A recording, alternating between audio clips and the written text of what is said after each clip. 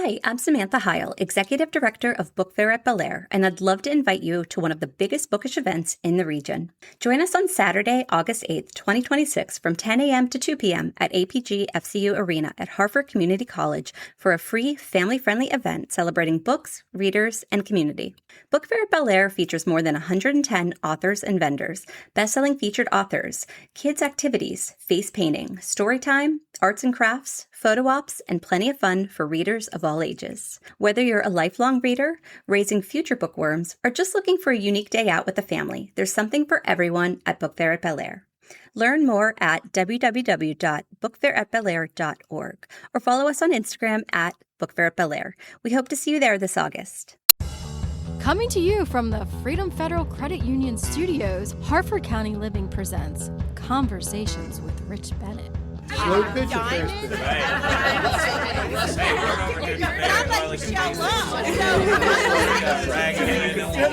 I never played softball. It's probably the least sexy part of organizing. It's okay. No. It's the truth is. You ever have something inside you that just won't go away? A dream that sticks with you for decades. For most people, life gets busy.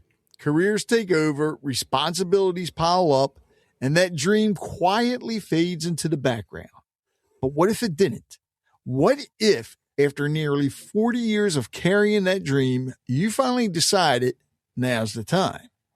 Today's guest did exactly that.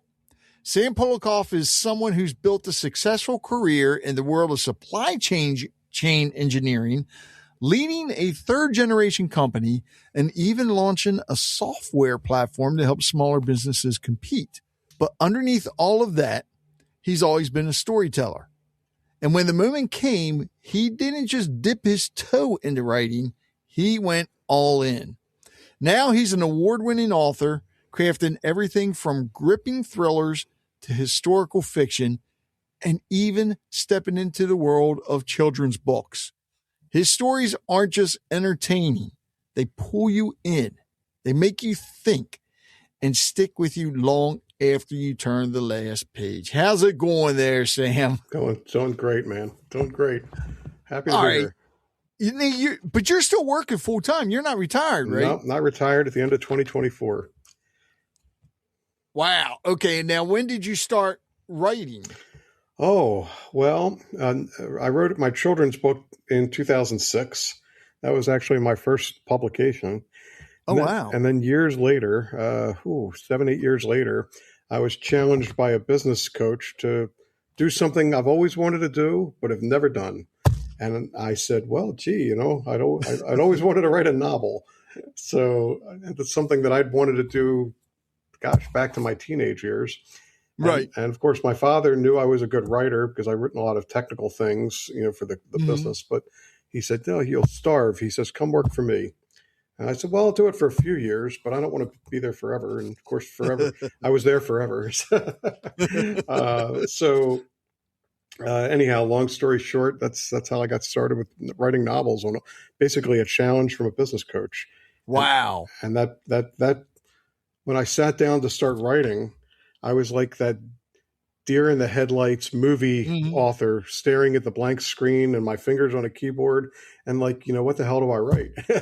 Yeah. So back to your opening monologue, it was a dream that got me started. It was a recurring dream I had about my grandfather who started this company, which is the oldest company of its kind, privately held company of its kind in America, the supply chain business that we have. My grandfather passed away from cancer when I was 5. I have boyhood memories of him, bouncing on his knee, playing ball in the backyard at their home in the Baltimore area. And, I never really got to know him. And I always kind of regretted that I couldn't know him. So when I was a teenager, I started having this recurring dream. I had it for years and years about once a year on the anniversary of his death, I would go to this beautiful facility and they would reawaken him and he'd spend the day with me. And at the end of the day, he'd have to kind of go back to hibernation and I'd see him again in a year. And that's how I started my first novel, with that dream. So the novel was called Hiatus. And the protagonist was a young prodigy, a scientific prodigy, who lost his grandfather to cancer and invented the technology to make what I just described possible. And he builds a national business out of it. So I use my business experience in there. And a villain who tries to ruin it all for reasons I won't tell you. So, oh, wow. Yeah. So that became the first book. Now, how long did that take to write? Well, then I was still working full time. So my writing time was kind of restricted to, as you get older, you wake up early for no reason, right? So I'd go into my office at home at 4 a.m. and I'd start writing these books. And so I'd write from 4 to 6. I'd go shower.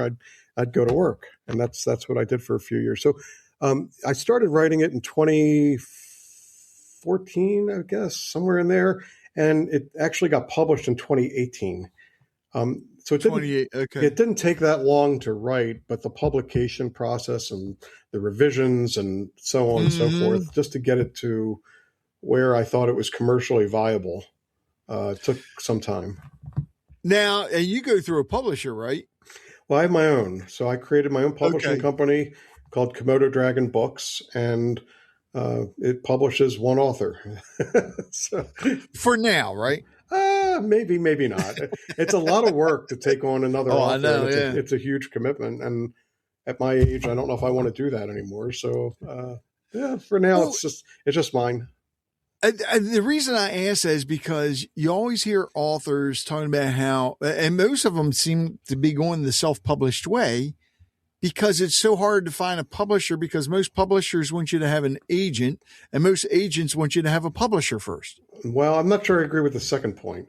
The publishers, I think a lot of that has changed now. Yeah, the publishers won't talk to an author directly. They will have you come through them through an agent. The challenge is that within an agency, there are, I don't know, say a dozen, 25, 30, some just 4 or 5, some random number of agents, and each agent has his or her own criteria, how they want to be pitched, what they want to see, the format in which they want to see it.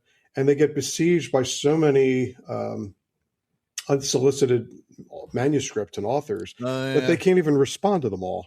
So when I've written Hiatus, that first book, Rich, I spent close to a year pitching different agents that I had researched and felt may be interested in a book of this type.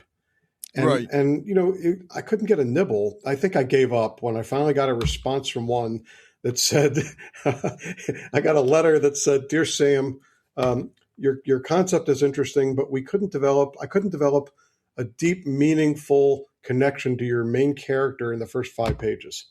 And I looked at my wife and I said, "What book have you ever read where you've developed a deep, meaningful connection with the main character in the first 5 pages?" Yeah. I don't even know if that's viable. So I gave up at that point, and I started investigating becoming an independent author and developing my own publishing company and kind of keeping control of my own fate. So I've got a series of contractors that do things like editing for me and the interior layout, the design, the cover design. So I can still focus most of my time on the writing and the editing and creating the best product that I can put out. And I've got the business end of it and the marketing, but to me that was more comfortable than it is for a lot of independent authors because of my business career.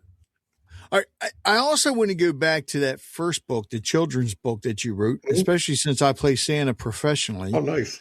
The one called A Christmas Tale.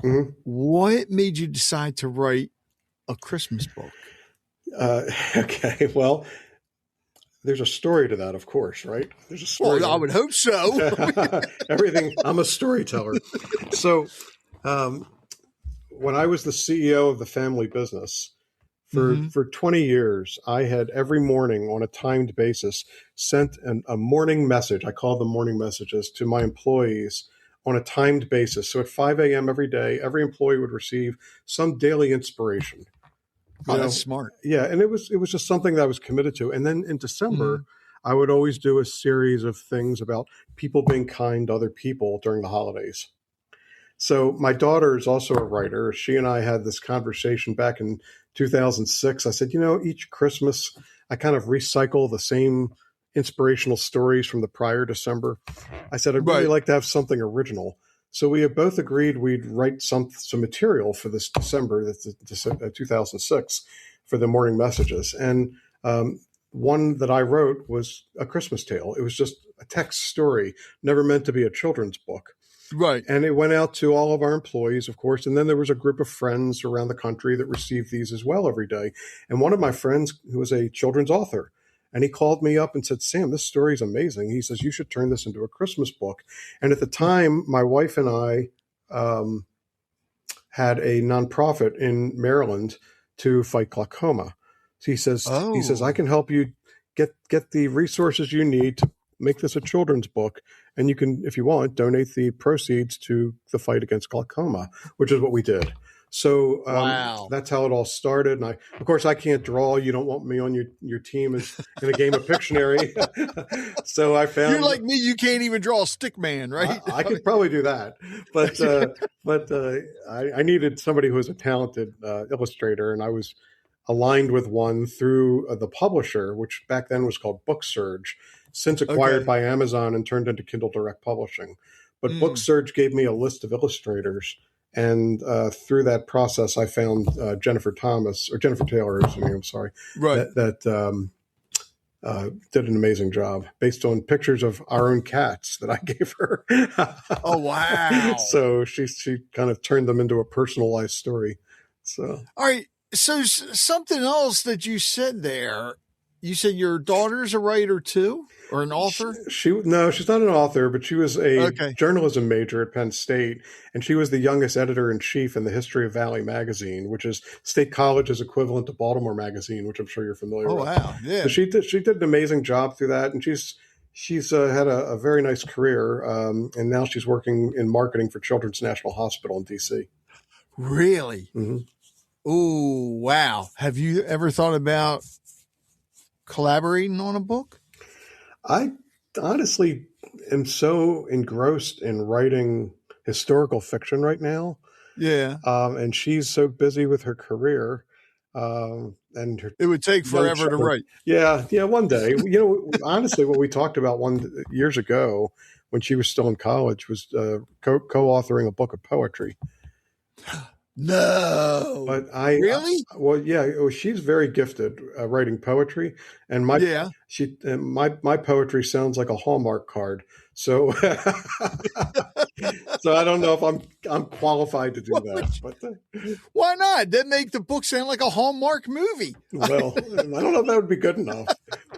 But that's something I think that is missing. But thank God you're starting to see more and more books come out on poetry. Mm-hmm. And I think out of all the authors I've talked to on this in over 10 years, I think I maybe had 2 or 3 that have just written poetry. It's just something I've tinkered with over the years. So I've used them as morning messages. I'll attach a graphic, some stock photography to it, and pop it in there as a morning message when I was working for the employees. And I enjoy it. It's a great way to express how you're feeling in a rhythmic sort of way. And I think the simpler they are, the more people can relate to them. Yeah. All right. So after Hiatus, which book came next? Shaman. Oh, and what's that about? Oh, wow. That was a fun book. So the same business coach who challenged me to write Hiatus, when I finished, we were having coffee at the Starbucks on Burke Avenue in Towson, right by the university. And we're sitting there. He says, so what are you going to write next? I said, I don't know. I've got a lot of crazy ideas, but I just don't know. And he starts telling me that he is an actual practicing shaman. And I said, tell me what that really means. I said, I know, a shaman is like a medicine man in ancient cultures, but tell me what that really means when you say you're a practicing shaman.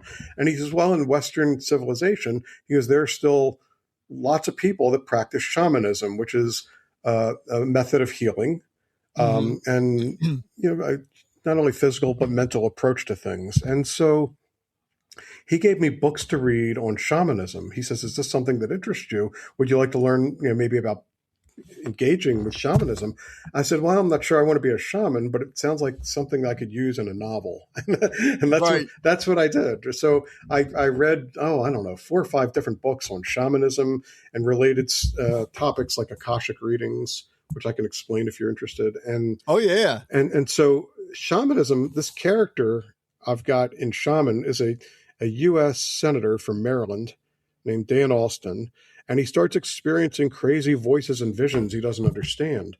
And ultimately, through a practicing shaman and Akashic reader in Bel Air, he learns that he's been reincarnated from the last of the Incas in Peru 500 years earlier.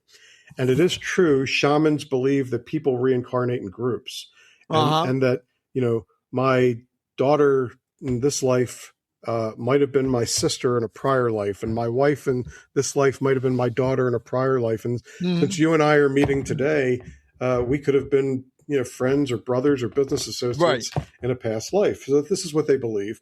So in the story, evil forces from 500 years ago are trying to right wrongs from the 500 years ago period in Peru to modern day in Maryland. And the U.S. senator has to learn the practice of shamanism to defeat the evil forces that have been reincarnated into people he knows in today's society that are actually trying to weaponize climate change to reverse the wrongs of 500 years ago. So it's a complex story, and it interweaves.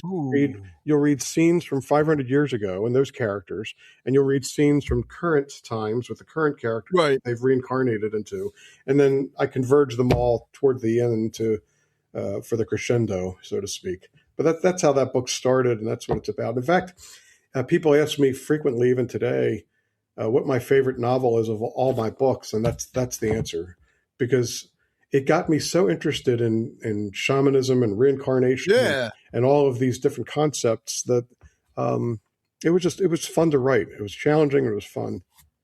Can you imagine if a senator today was like that? First of all, everybody would think he was cuckoo. They did. In this book, they actually did think he was cuckoo. Oh, okay.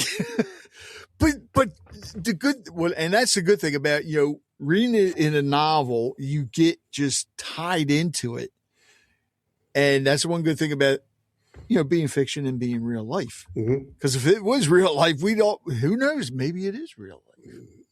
And there's a lot of things. Makes you wonder. It does, because, it's like we talked earlier about dreams. Like, I have always had the sensation that I've been in some sort of horrible auto wreck, but I've never been in an auto accident of any kind in my entire life.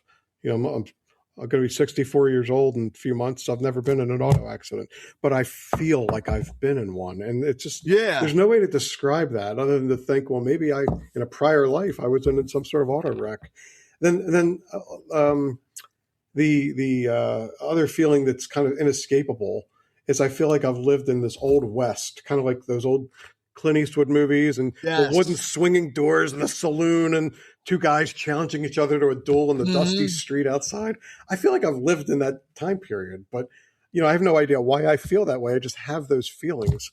And then you read in books these stories of there's one book called Many Minds, Many Masters by a famous psychologist at the University of Miami named Brian Weiss, and he tells the story of a patient of his who was an administrative assistant at the hospital who was having so many crazy experiences. And he did what he calls regressive, he had a different name for it, but it's basically regression hypnosis, where he would put her under hypnosis and she would start reciting things that he was able to verify were accurate from the earliest days of aircraft engineering.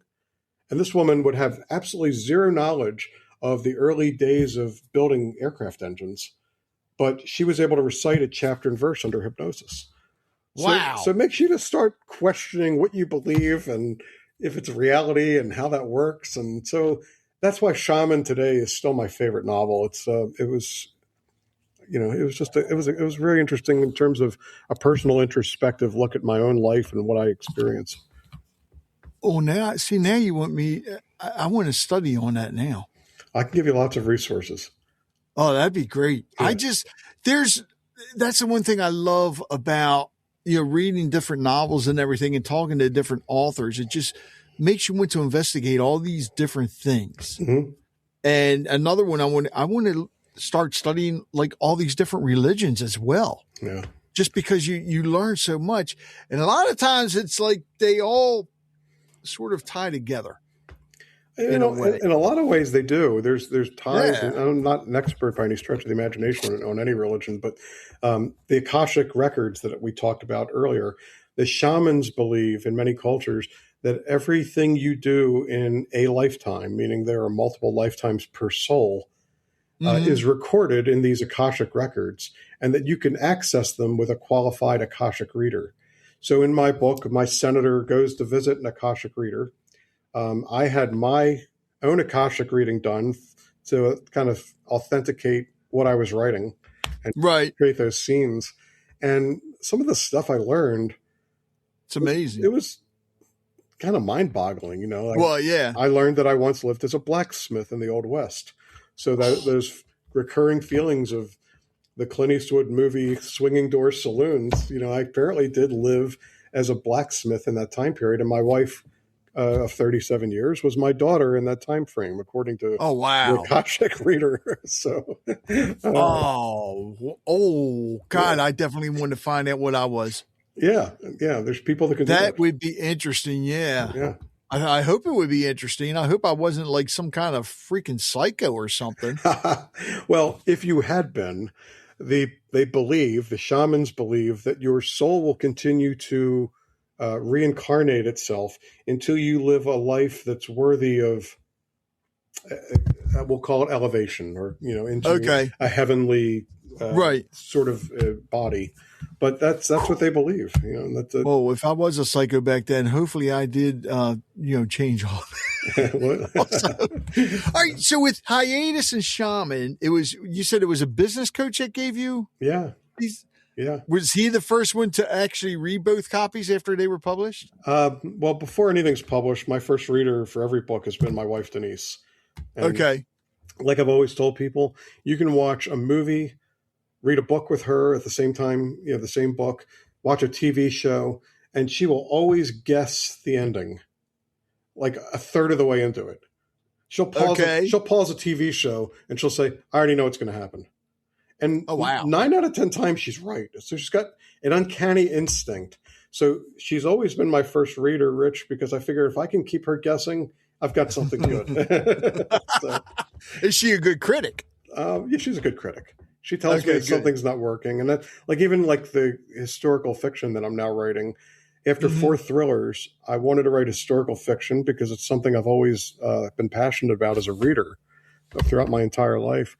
And I chose to write the first book in this trilogy from the first person account of a woman, a 1773 English midwife, young woman, 23 years old at the time the story starts.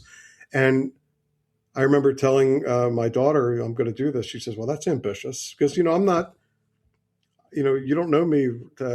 We're just getting to know each other. But I'm not the kind of man that you would think could easily write a book from the perspective of a woman in the 18th century.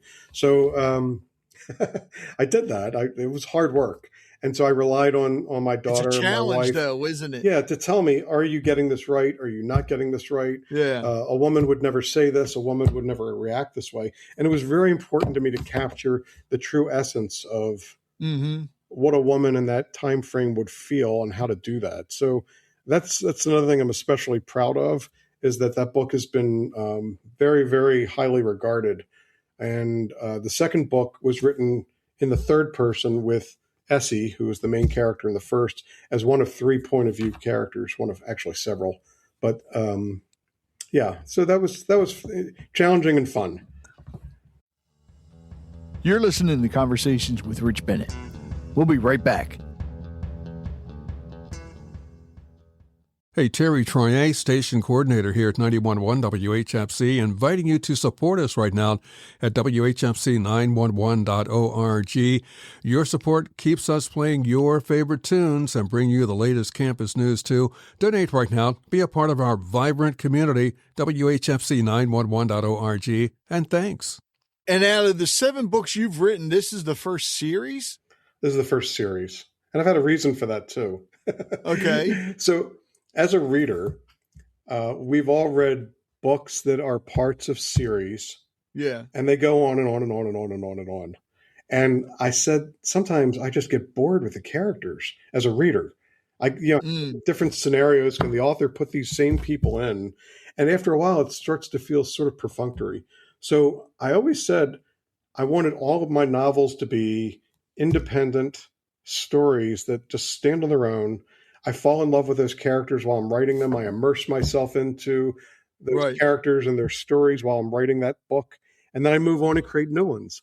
So when I started writing the Diary of Essie Lassiter and I finished it, I just felt that story was not finished and that it needed to be a trilogy. And so since it takes place during the run-up to the war, the Revolutionary War, and ends with the Declaration of Independence, the second book, which came out March 29th, Freedom's Lonely Cry, just takes place with Essie and her husband and a lot of famous people, George Washington and John Hancock, to name a couple, through the war years. So the third book, which I'm writing now, Cromwell's Passage, will be the conclusion, because you've got pre-war, war, and post-war. And I'm thinking to myself, after that, you could start a generational thing where I start writing about their children and their children's children. Yeah. But I, as an author and as a reader, I'm afraid I'd get bored with my own characters. So I'm going to start something new. 3 books, I think, is it for one series. That's something you said there too, and which makes a lot of sense. If as a writer, you're writing it, and I think maybe this is where maybe a lot of authors mess up. They're writing it thinking that the readers are still liking all these characters. But when you said as a reader, if you're getting bored with the characters, you don't want to read. That's pretty smart. You're wearing both shoes. Well, for your books. You have to. And again, maybe this harkens back to my business experience, Rich, but the first thing you always have to consider, no matter what you decide, is what the view of the customer is. When I was the chairman of the advisory board for Towson University's College of Business, I walked in there in my first meeting as the leader. I said, it's time to start thinking of our students as customers, not endless people that are going to just keep signing up to come here. Why are they coming here? What choices do they have? How do we differentiate the program? So as a writer, I do the same exact thing. My reader is my customer. How do I differentiate these stories? How do I keep them interested? How do I keep them wanting to come back? And it's the old show business adage of, always leave them wanting more, whether it's the end of the chapter or the end of a book. But at the same point, more might be something new and different versus more of the same. That's smart. So with this series, because, with Shaman, of course, you read all these different books. How much research and what type of research did you put in for this series? It's and I could tell already it was a lot of fun. Let's do this because we're probably close in age, right? When I learned about the Revolutionary War, I was growing up in Randallstown, and I went to public school, and I don't know what grade are we in when we learned about the Revolutionary War? 6th grade, 7th grade? Oh God, I don't remember. Right, you don't even remember that, but I remember what we can agree on is it was 50 years ago or so. Yeah. So everything I kind of remember from being educated in the public school system is kind of like hanging back there in the cobwebs. And I've had to, visit museums, read books, talk to other people, and start getting my arms around the way life actually was. Because to write a novel, it's true that an author puts a piece of himself in every character he writes, good, bad, or indifferent. And as you're immersing yourself into those characters, you really have to have a feel for how they lived, how they spoke, what they wore, what they did in their free time, how they felt about different things, so on and so forth. So the research for the first book was extensive, particularly back to our earlier conversation, the history of our county, Harford. And I've lived in Harford County for 35 years now, but I did not know the complete history of it the way I do now. And it gave much better appreciation for creating the town of Cromwell, which is my prominent Harford County town. And now I'm getting ready to write. Well, let me back up to the second book. the second book was during the war years. And so, learning about the actual war again, going to places like there's a wonderful museum in downtown Philadelphia called the Museum of the American Revolution. So if you've never been there and you're interested in the Revolution, it's phenomenal, beautiful place. And it's got a ton of great exhibits. So I went there. I'm reading books. I visited with my wife Mount Vernon because George Washington is a central figure during the Revolutionary War, and he's a prominent character in my second novel of the series. And I'm still reading. So now I'm doing even more research because after kind of relearning the war and studying those battles, that names you're vaguely familiar with from 50 years ago, you're reading about these battles and learning things like a lot of these battles that are so famous in the Revolutionary War, some of them were over in 40 minutes. I mean, they didn't stretch like the conflicts that go on now. They couldn't shoot as far. it's crazy. But and now the third book in the aftermath of the war is concentrating on the reconstruction that's required, and specifically George Washington and some of the main characters, what George Washington did along with some of his inner circle and my made-up characters in that time period between when the war ended and when George Washington became president, which was a long period of time. Yeah. So 6 years or so, I believe. So there's a lot there to study and learn so that I can fully immerse myself into whatever that story is going to become, because it's not fully fleshed out yet. Ooh. You like history a lot, don't you? I do. Like I said, ever since I was a kid, I liked learning about history through historical fiction. That was my thing. And I loved reading James Clavell, who wrote Taipan and all of the different Asian sagas, King Rat and Shogun and some of the others. Ooh. Yeah, those are great books. So then, I don't know if you can answer this or not, but what is going to be after this series? Well, I'm already thinking about that and already doing a little bit of at least peripheral research because I'm so busy researching the post-war era. But I am very interested in putting together a novel relating to and around the stock market crash of 1929. So it's going to be historical fiction because obviously it was 100 years ago now, almost. Oh God! And it's probably going to combine to some extent my experience as a thriller writer with my experience as a historical fiction writer. So I think I can do both in one story. So the stock market crash in 1929, and wasn't prohibition right around that time too? Yep. And then the Depression followed. So. Oh, wow. I see, Sam, I see another series here. I don't know if it's a series yet, Rich, but it's one great novel. That's what my aim is. I mean, think about it. Oh my God. Yeah. To be working in the stock market at that time, during prohibition, because you want to drink and you can't find one anywhere. Right. Oh God. All right. Now I have all the gears in my head going now. I can't wait for this one to come out. Well, you got a couple of years to wait. Okay. Well, I got to finish the series that you're writing now anyways. So I have to finish writing it. Well, yeah, that's true too. All right. So if for somebody that's never read any of your novels, but they really want to get hooked on you as an author, what novel would you suggest that they read first? Shaman. Okay. And I had a feeling you were going to say that. Well, here's why. Because like we were talking about the stock market idea for the future, Shaman in a way does combine historical fiction with a modern day thriller, because parts of the book, as I mentioned earlier, take place 500 years ago. And you're reading and getting immersed into the characters from that time period, living in the Inca, the dying Inca civilization, the last of the Incas during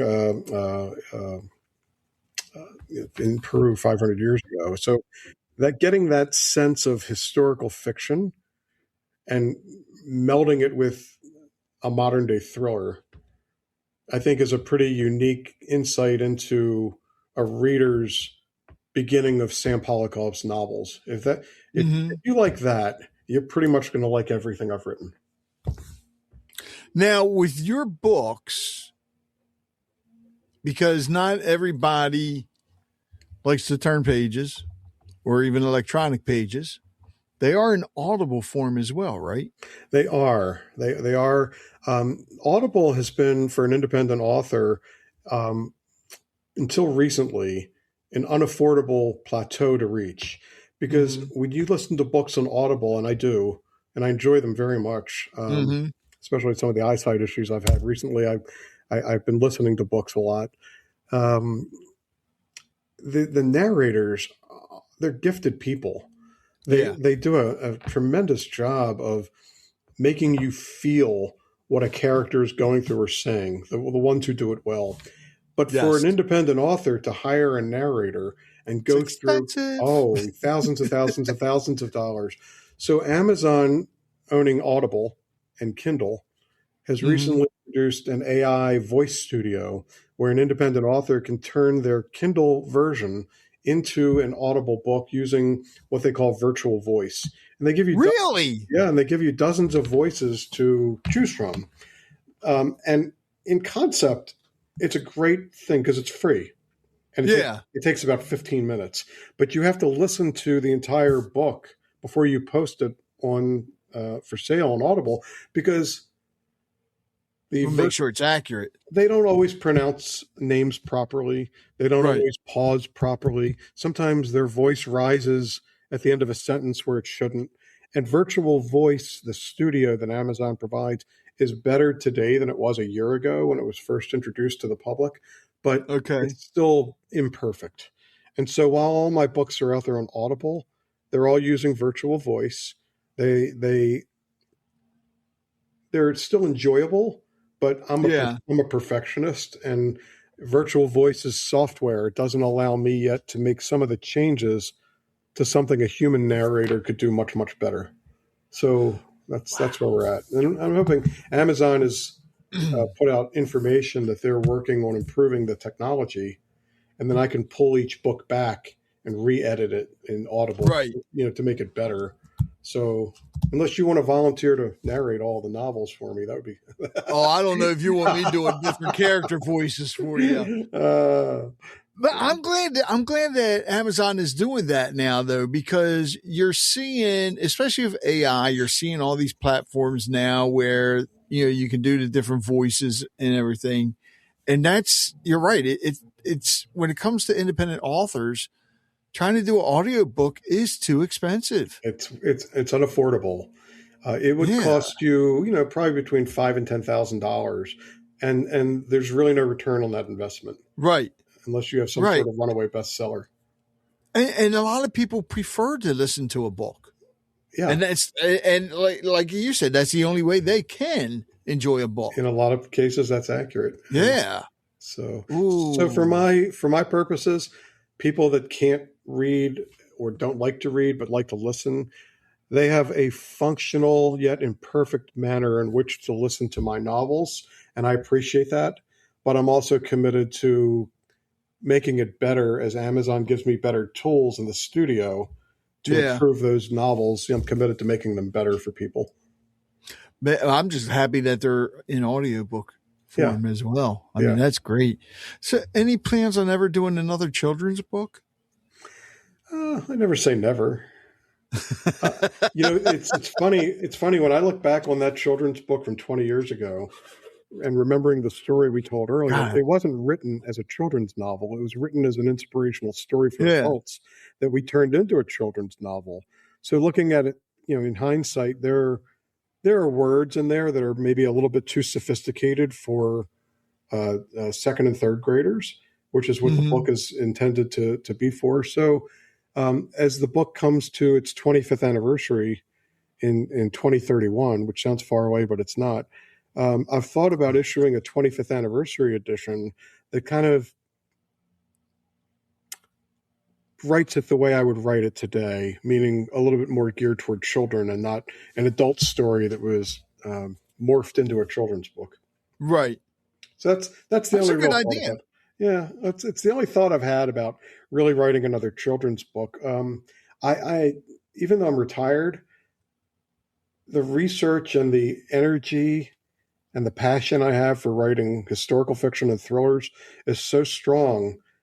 I don't know that I could take the time to pour myself into another children's book when there's so many great children's authors out there already.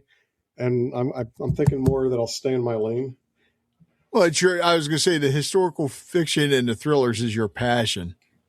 That's what you love doing. I enjoy it. Yeah, I do. Oh, man. Something very important. Where can people find your books? What's the website? Well, everything's available at sampolakoff.com or komododragonbooks.com, which is my publishing company. Take you to the same place. And everything's on Amazon. Everything is on Amazon. Amazon's distribution now makes the books available. So if you went to Barnes & Noble, you could buy them through Barnes & Noble. But I tell everybody just go directly to Amazon. And those of you listening, you already know what I'm going to say. When you purchase Sam's books, make sure you leave a full review because that's important. And you don't have to just leave it on Amazon. You can leave it on Goodreads, Barnes. You can leave it everywhere because Sam doesn't mind, do you? Nope. The more the merrier. Exactly. Well, for those people that live in other states or out of country, how can they get an autographed copy? Well, that's a good question. So my appearances are always on the homepage of sampolakoff.com. And if they want to come to Crayfest in May at the college or any other places where I'm appearing, I'm happy to autograph books that they already have, which is probably the easiest way.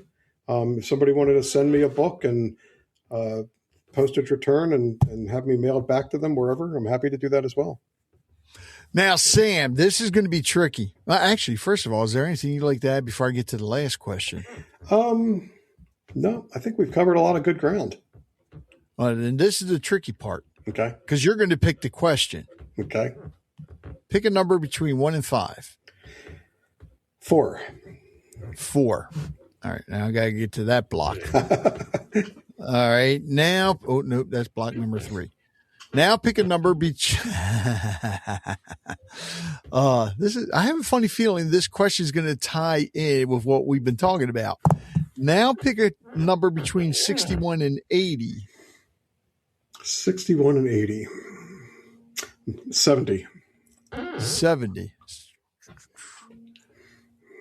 If you could design your ideal day with no limitations, what would it look like? Boy, that's a heck of a question. That's the first time that one's been picked. You know, to do that justice, I because I'm a researcher and someone likes to deliberate on things. I'd really like to think more about that, and I will. But to answer something today, I think the ideal day is spending time with my wife and my children and my grandchildren, and just being with people I love and enjoying where I am.